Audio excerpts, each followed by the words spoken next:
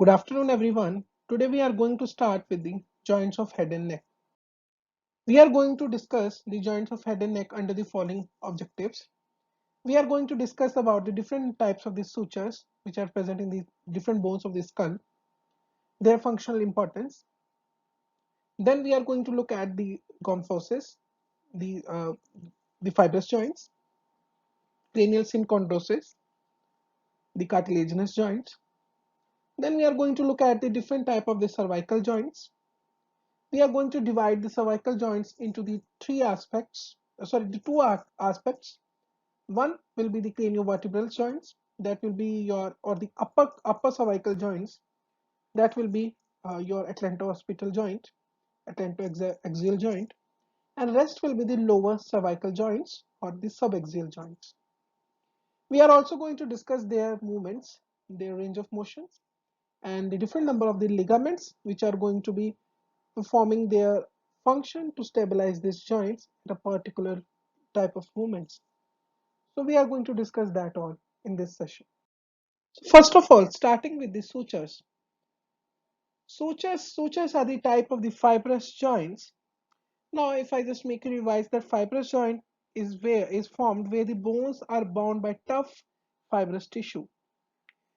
There is very specific function that is related to this joint, that the strength and the stability is required more in respect irrelevant to the range of motion. So they are highly strengthable, they are highly durable, but the range of motion is very least. So in this, the sutures are again the immovable joints.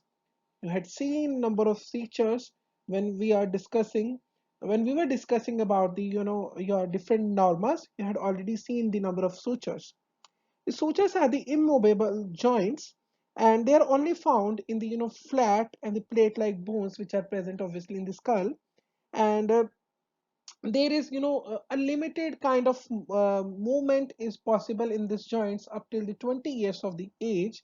That is because due to the development, the bones are developing, the size of the brain is increasing up to a certain extent, after which they become fixed and they become immobile. They are most important at the time of in the birth, as they stage these joints are not fused, so allowing deformation of the skull. So as it passes through the just with the time, we need the we are having the anterior fontanelle, we are having the posterior fontanelle, we are on the having on the both the lateral aspects, we are having the two pairs of the fontanelle, either on the anterior and the posterior aspect. So in that respect, they are not fused yet, so they are giving allow the space to for the formation of the bone, and that just increase time by time. After that, you can see that there are the different types of this sutures. I want to discuss that we are having serrate type of suture. Here you can see, which is just the one of the example, you can see the coronoid suture or the frontoparietal sutures which is going to be present. So there are the serrations which are going to be present, and they are going to be joint like a blocks or a pug blocks, like that kind of the scenario. Then you are having the internasal suture. That is again a plain type of the suture, which is just the two plain lines, and they are just going to be fusing with each other on the both the aspects. Then we are having the denticulate type of the suture, in which tooth-like projections of the bone are there, and they are going to embed with each other to form the joint. So this is the the lambdoid suture, which is the one such example of the denticulate suture. Then we are having the squamous type of the suture. This is present at the temporoparietal suture, also called as the temporoparietal suture. So in this, what is happening? There is just the flattened aspect of the bone, which is more or less flattened and planar in aspect, and then it is going to be not planar actually. It is more or less squamous style like, and then it is going to be fusing with the corresponding bone in that manner. So that is more or less about the suture. Now we move on to the gomphoses. Now gomphoses are the other variety of the fibrous joints. So the gomphoses are, these are also the immovable joints. They are found where the the root of your tooth is going to articulate with the sockets in the the alveolar arch of the maxilla superiorly, and the alveolar border of the mandible inferiorly, in the form of the upper teeth and the lower teeth.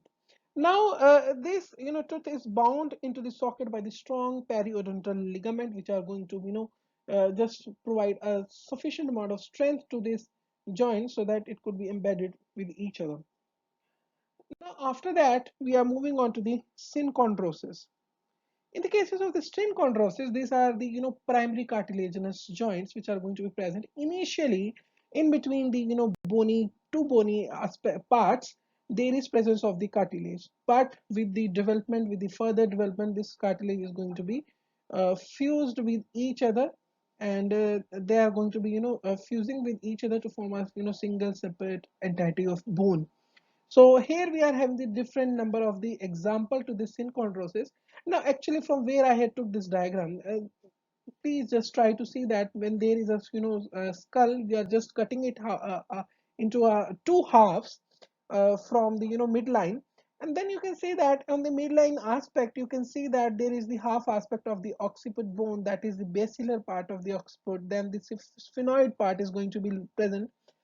Then anteriorly there will be the ethmoid part. Basically, this could be the the cribriform plate part, and on the anterior most line there will be the frontal part or the frontal crest of the the frontal bone basically. So from that all of the midline structures are going to be taken, bony midline structures, and then I'm just going to narrate with the number of the joints in the form of the synchondrosis that are going to be present. So starting from here, that will be your spheno-occipital joint that is going to be formed in between the basi occiput and the base of the sphenoid bone. Then after that, we are having your the intersphenoid joint, which is going to be formed in between the presphenoid part. Basically, this is the anterior part that is also known as the presphenoid part and the base of the sphenoid part. So one synchondrosis is also going to be present over here. Then we are having more anteriorly in between the ethmoid bone. This is basically the cribriform plate, and just behind that, this part of the sphenoid is going to form the jugum sphenoidale. So just below that, there will be your sphenoidal air sinus, which is going to be present over here. So this is how it is going to be forming one joint with the ethmoid bone here. Now, anterior most, there will be the again fronto-ethmoidal, joint that is again going to be formed, and they're going to be fused further, in that region. Now, this, there will be presence of the hyaline cartilage, and later on they are going to be fusing with each other in the form of the synarthrosis. So that is more or less required about these joints. After this, we are moving on to the cervical joint. Now, these are more important joint. Here you can see, because the cervical region is the most movable, region of whole of the spine, and there are the number of different joints which are present here. Okay, so starting, I had just divided this cervical region into the two aspects, into the upper craniovertebral region and the lower cervical region. Here you can see that in the case of the upper vertebral region, there will be the atlanto-occipital joint, and then there will be the atlanto-axial joint that is going to be included. After that, rest of the joints are going to be included into the just below the C3 aspect. We are going to include them as a lower cervical spine because they are going to form the similar kind of joints. Now, here you can see that. I had just summarized whole of the number of the joints. Here I'm just starting with the this is the superior aspect of the C1 vertebra, and actually your posterior arch has been removed here. So what you can see here, the C1 vertebra is going to form a joint superiorly with the condyles of the occiput. It is going to form a atlanto-occipital joint, that is a ellipsoid variety of synovial joint. And then just below that, there will be the joint here, the atlantoaxial, which I am talking about, that is your pivot joint that is going to be formed in between the dense and dense and your anterior arch of the C2, sorry, the dense and the anterior arch of the C1 vertebra. But your apart from that, there are two more atlantoaxial joint that are again the part, you can call them the zygapophyseal joint also, because they are that is going to be formed in between the facets of these two vertebrae. Now below that, you can see that these are the the bodies. So in between the body of the vertebra, the cervical vertebra, you can see that These are the secondary cartilaginous joint, and I hope so that you all know about these joints.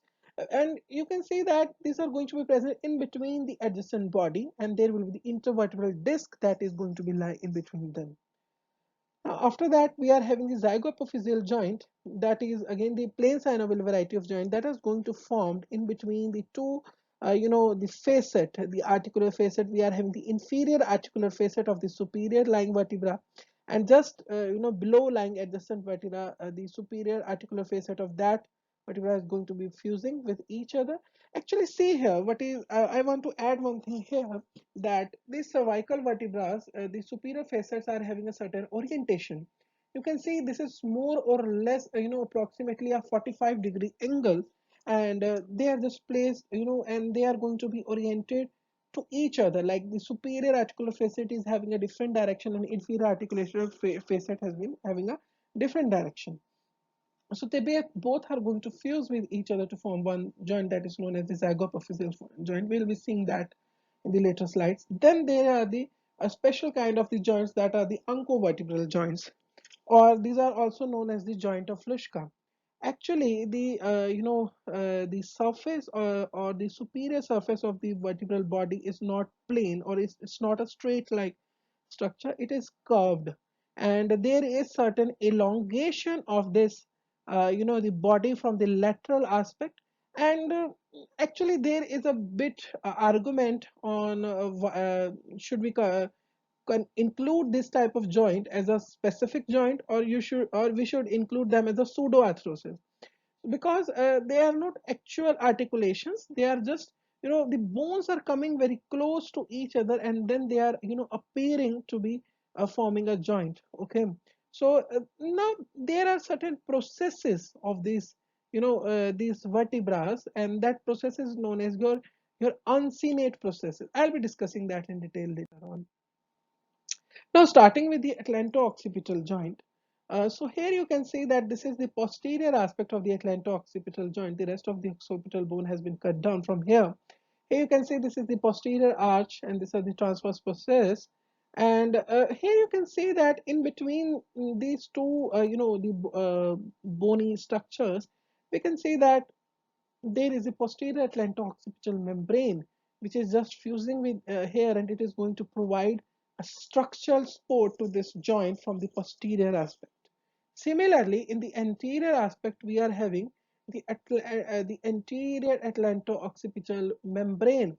Now, this anterior atlanto-occipital membrane, you can say that it is also acting as a continuation of the anterior longitudinal ligament, and which is coming from the downward aspect.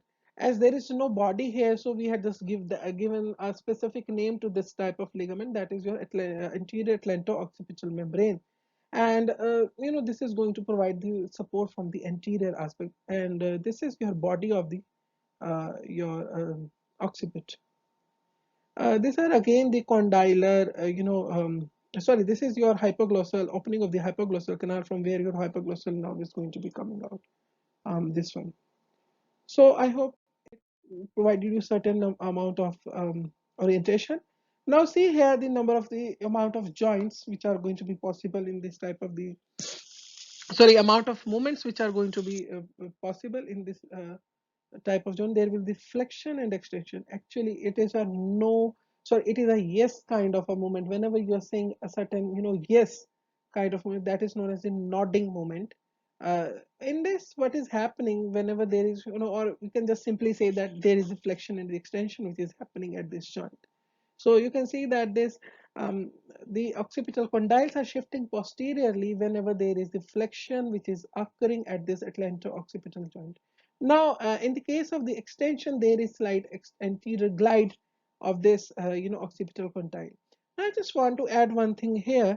Actually, whenever there is a movement in the spine, so it is not a, movement which is occurring at a specific one single joint. Yes, you can do, but whenever commonly, generally, in the day-to-day activities, whenever we are doing certain movements, so it is not happening like that. Only one joint is involved. The number of joints, the inferior joints are also involved in such movements. Okay, so the major component could be from here, but the minor components of that movement are also going to be shared from the lower lying joints.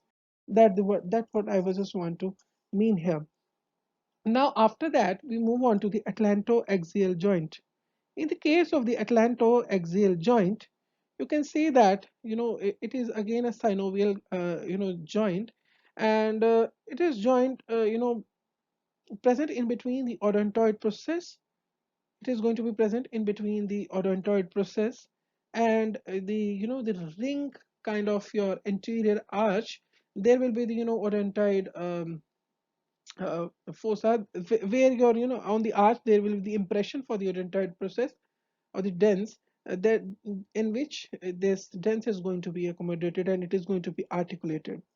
Now, I just want to add here that this is not only the single joint. There are two more joints. There are the two zygoapophyseal joints which are going to be formed in between the inferior facet of the C1 and the superior facet of the C2 vertebra. So what is going to happening here? This is whole arch like section. So there will be the more possibility of the rotation which is going to be happening in this joint. So I had just provided this picture. In this, you can see that whenever you are just saying no kind of movement or you are denying something, you are just doing the rotations which are just possible at the atlantoaxial joint. Now, atlantoaxial joint not only the dense, well, it is also happening some components of the zygapophyseal joint which are also going to be present here. Now, after that, we move on to the intervertebral joints. So, in the case of the intervertebral joints, we are having the two bodies of the adjacent vertebrae, and in between them, there is the your intervertebral disc. Now, this intervertebral disc is having the two components, that is your nucleus pulposus and the illus fibrosus. This is going to be meant for your shock absorption, and it is just help because the vertebrae are meant for your the body of the vertebrae are so thick and they are meant for your weight transmission. So that is how this intervertebral disc is going to be helping in that nature. Just behind that, this is the intervertebral foramen. I hope you all know about this.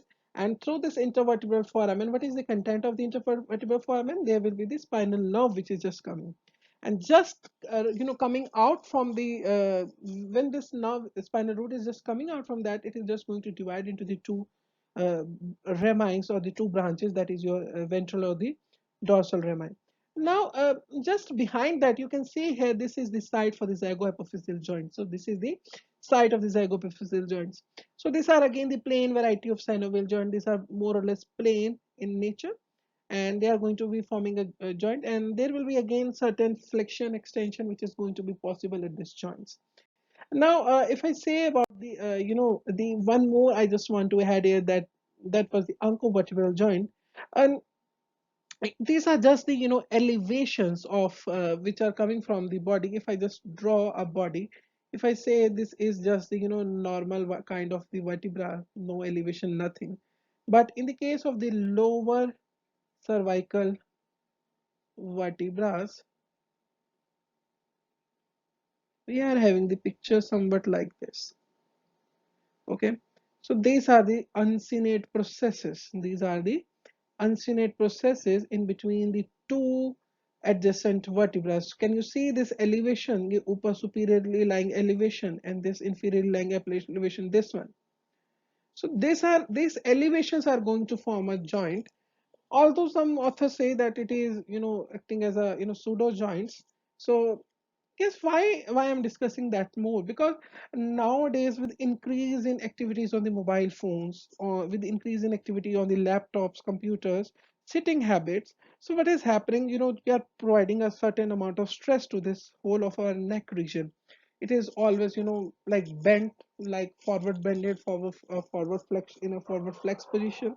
So what is happening? These are more prone for the degenerative changes. There is occasional site of the hypertrophy of these uncovertebral joints, and just they are just lying medially to the medially to the this intervertebral foramen. So if there is any hypertrophy, so there are chances that they are going to impinge the sideline nerve. Okay, they are going to impinge the sideline now. So that's why it is more or less important nowadays. And now I just want to show you the different type of the movements. So there will be the flexion, in which there will be like anterior. glides, and there will be the extension in which there is a posterior glide of the vertebra that is going to be acting upon. Now, I just want to summarize the different number of the ligaments which are just present in the vertebral column.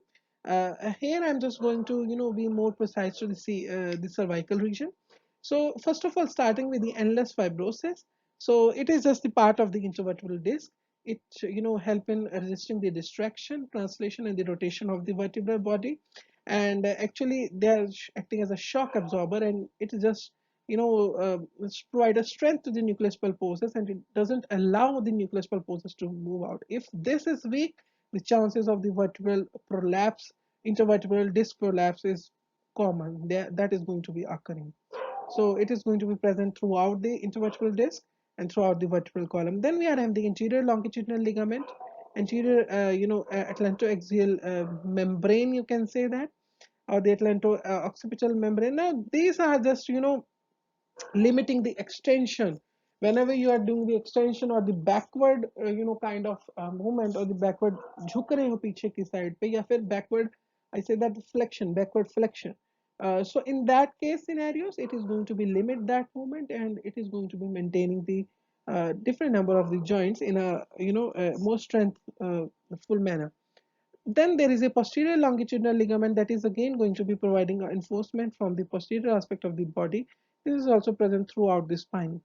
We are having the tectorial membrane, which is present in the case of the, from the upper your craniovertebral joints only, and it is going to be helpful in just preventing or limiting the, unnecessary high amount of forward flexion. We are having the ligamentum flavum. This is again, going to be present. It is more, particular in the lumbar region, but here also some amount of ligamentum flavum is going to be present. Now after that, we are having the supraspinous ligament, ligamentum nuchae, and your interspinous ligament. This we had already, we had already done the supraspinous, interspinous, but I just want to add here some points regarding the ligamentum nuchae. So it is only present in the case of your, cervical region, basically from the occipital protuberance to the C7 vertebra. So it is a specific feature here. Now, after that, we are having the intertransverse ligament, which are going to be present in between the, actually, this is not much important in regard to the cervical region. But yes, the alar ligament, it is very much important. It is going to be present in the case of your atlantoaxial joint, and it is going to provide a support to the atlantoaxial joint, and it is going to limit a number of movements, whether it is rotation or the lateral flexion to the opposite side of the, joint. Apart from that, we are having the zygoepiphyseal joint capsules that are going to just resist the your forward flexion and the axial rotation. These are strongest in the cervical thoracic region. Why it is strongest here? Because the number of movement is high, pretty high. The rotations are very much high. So I hope you people understand from this aspect. So thank you for attending. I'm just finishing this part. Okay. Thank you. Thank you for attending, everyone.